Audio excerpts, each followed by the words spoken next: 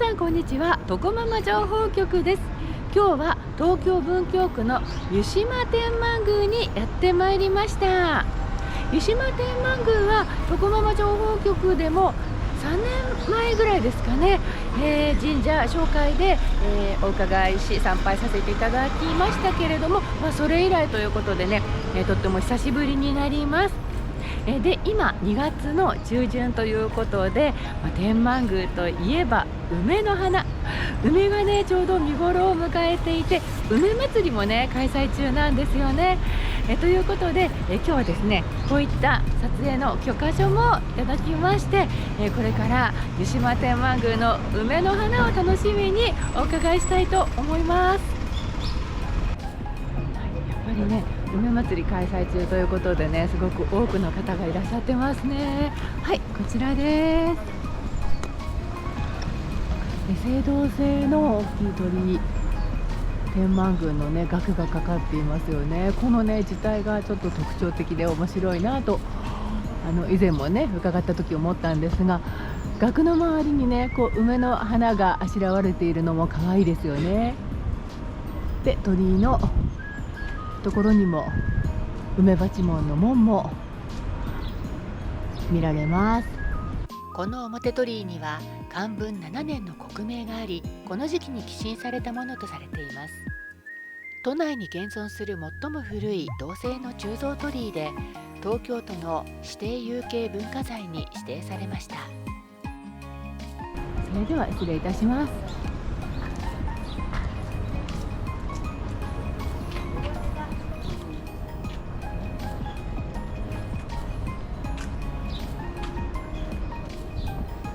参道にはですねこういったね屋台もたくさん出ていまして、今ねちょっと時間が早いのでまだ開いてないんですけれども、もうやっぱりねすっかりお祭りムードなんですね。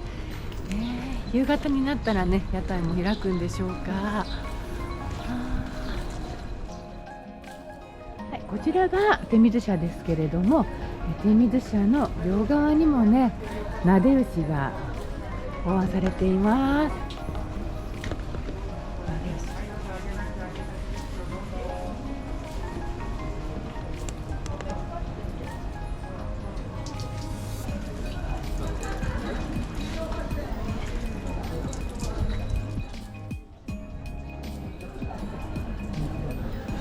こちらにも大きななで牛がいますね。こちら金ピカですね。ピカピカになんかも光っているなで牛です。ツルツルです。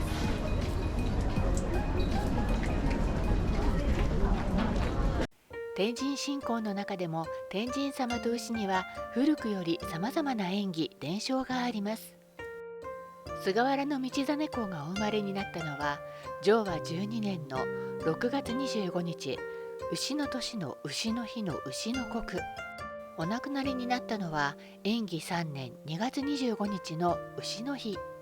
太宰府で生涯を閉じた菅原道真公は、自分が亡くなったら亡骸は人に引かせず牛の行くところにとどめよとの遺言を残しており、亡骸を牛車に乗せて運ぶ途中、牛が伏して動かなくなり、これは道真公の御心だろうとその地に埋葬され、それが福岡県太宰府天満宮のご創建につながったとされています。天満宮のご神牛像が伏しているのはそのためなのです。また道真公はもともと牛を大変めでておられたことや、太宰府へ下られる際に死角に命を狙われ、その死角から命を救ったのが道真公がめでておられた牛だったなどの話が伝えられ、牛は天神様のお使いであると考えられるようになりました。そして学問に秀でた道真公のご神徳により、ご神牛像の頭を撫でると知恵が授かるとされていたり、病気併誘のご神徳もあるとされ、自分の体の悪いところを撫でてご神牛の同じところを祈願しながら撫でると回復するとされています。天神様と大石様にはこれほどまでに深いつながりがあるのですね。私ももっと知恵が授かるように撫でさせていただきました。それでは改めて湯島天満宮のご由緒をお話ししてまいります。湯島天神と呼ばれることが多い湯島天満宮。その歴史は古く、雄略天皇の御代458年創建と伝えられています。元は日本神話の天岩戸伝説の中で、岩戸をこじ開け大活躍した天田治家老の命を奉祭したのが始まり。なぜ雄略天皇がここに天田治家老の命を祀れと勅令を出されたのか、その理由が知りたいのですが、まだこれといった説にはたどり着いておりません。おそらく東国において力強い神様の力が必要だったのではないかと推察されます。時代は下って1355年南北朝時代に、地元の民が見た夢のお告げにより、菅原道真公が誕生され祀られたとされています。というわけで、現在はご祭神天田治家老の命と菅原道真公が合わせて祀られています。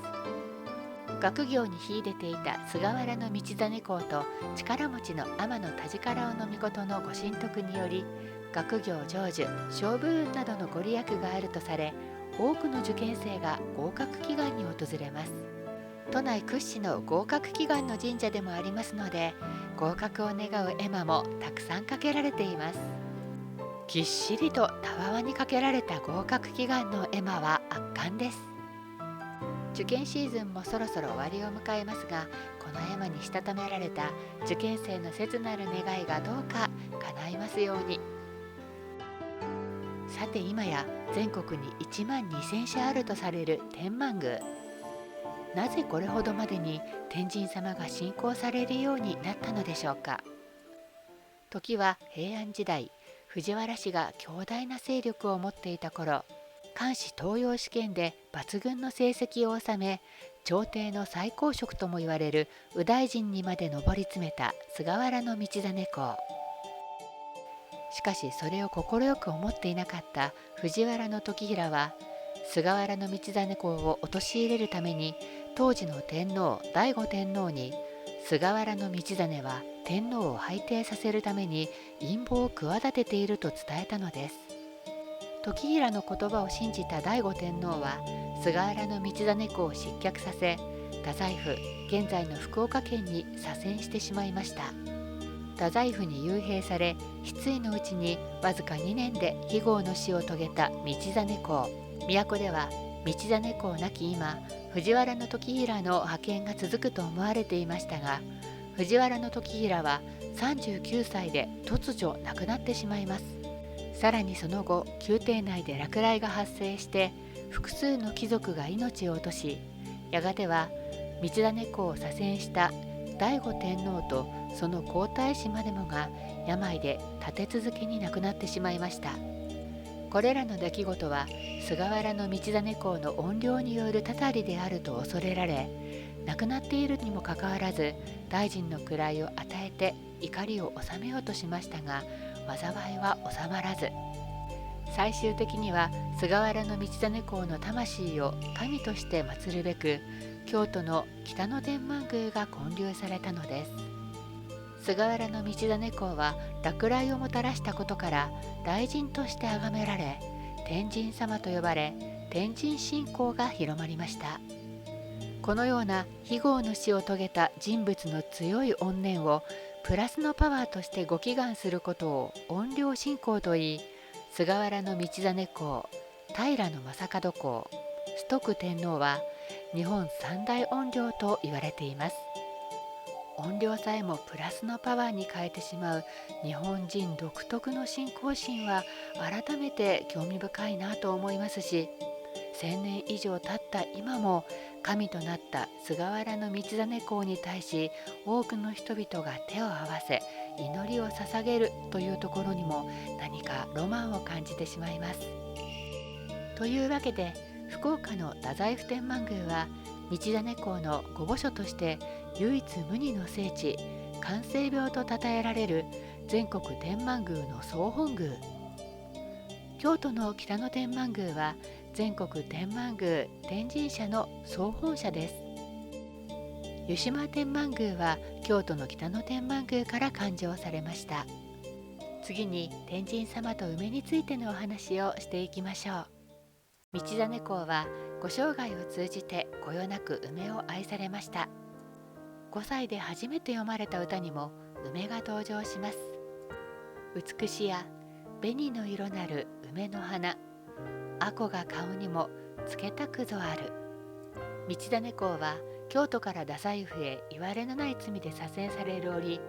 自邸に咲く紅梅に別れを惜しんで別れの歌を読まれています。こち深場匂いよこせよ梅の花、主なしとて春な忘れそ。太宰府へ左遷される道真公の深い悲しみと望郷の思いあふれる名歌として現在に語り継がれています。そして道真公を慕った梅の木は一夜にして太宰府まで飛んできたという飛び梅伝説があり、太宰府天満宮の御社殿前にある御神木の梅がその飛び梅だとして大切にされています。こういった伝説により各地の天満宮には梅の木が植えられているのです。湯島天神は狛犬の台座にも梅の花、御神門も梅鉢門と言われる門で、鳥居や額にも梅鉢門が刻まれています。このように菅原道真公と深い関わりがある梅の花。湯島天満宮には白梅を中心に約300本もの梅の木が植えられており、江戸時代から梅の名所として知られています。毎年2月上旬から3月上旬までの約1ヶ月間、梅祭りが開催されます。週末には野立て、おみこし、物産展なども楽しむことができ、境内は大勢の人でにぎわいます。私もいつか梅の時期に来たいと思っていたので、今年ようやく実現して嬉しかったです。訪れた日は寒の戻りで真冬並みの寒さでしたが、そんな中でもけなげに可憐な花を咲かせる梅の花には忍耐強さや春への希望を感じさせてくれますね。日本庭園のような梅園はとても趣があり、どこを見ても絵になりますが、私の撮影技量不足もあり、映像では伝わりにくいかもしれませんね。古来より梅は邪気を払う縁起の良い花とされています。確かにこうして梅をめでているだけで心がとても落ち着きます。梅に松、これもまためでたいですよね。黄色い梅、老梅も咲いていました。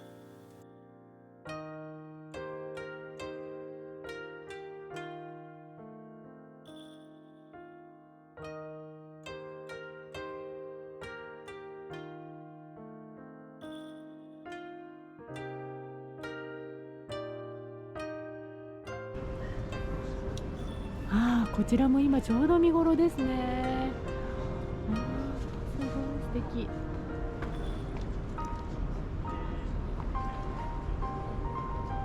さてこちらは女坂と言われる、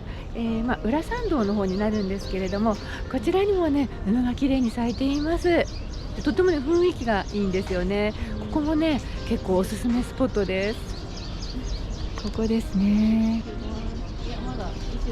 このように階段になっているんですけれども、階段の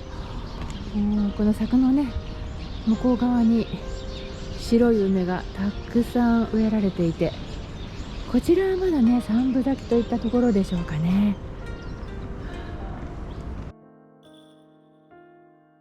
梅の花を楽しんでいると体がすっかり冷えてしまいました。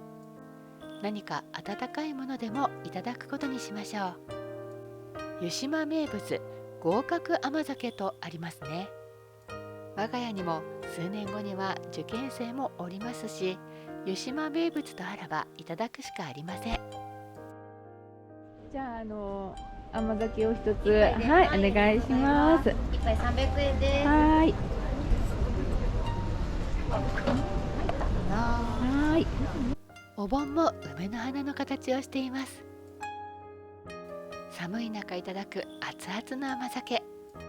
濃厚な酒粕の甘みが体に染みます。梅の花が咲く庭園の景色を美味しい甘酒をいただきながら堪能することができました。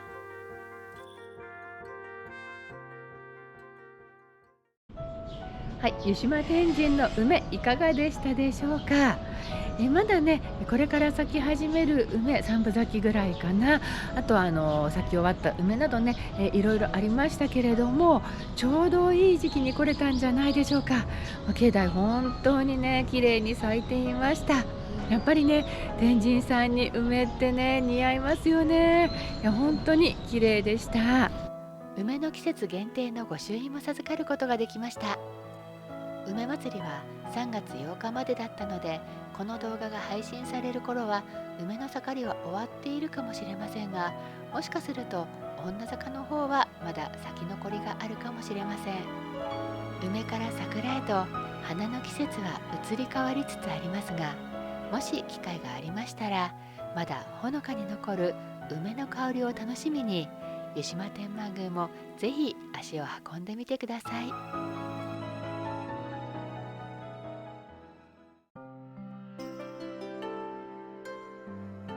湯島天満宮のすぐ近く、昭和5年創業の和菓子店鶴瀬。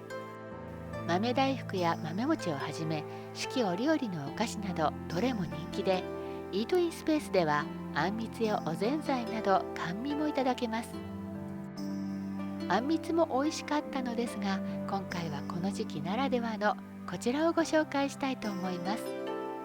湯島天神千年祭の献上菓子福梅。湯島天神の白梅を表現しています。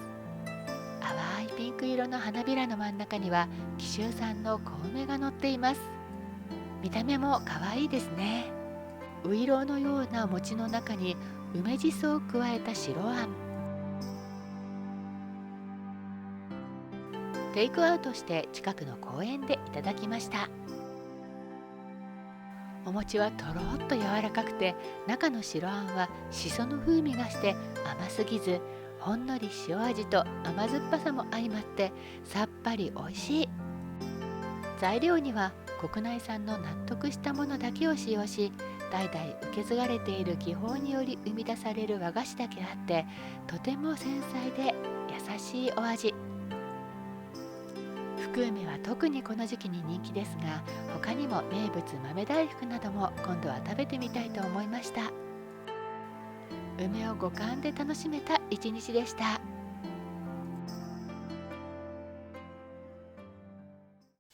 お伝えした内容は時期によって異なる場合がございます。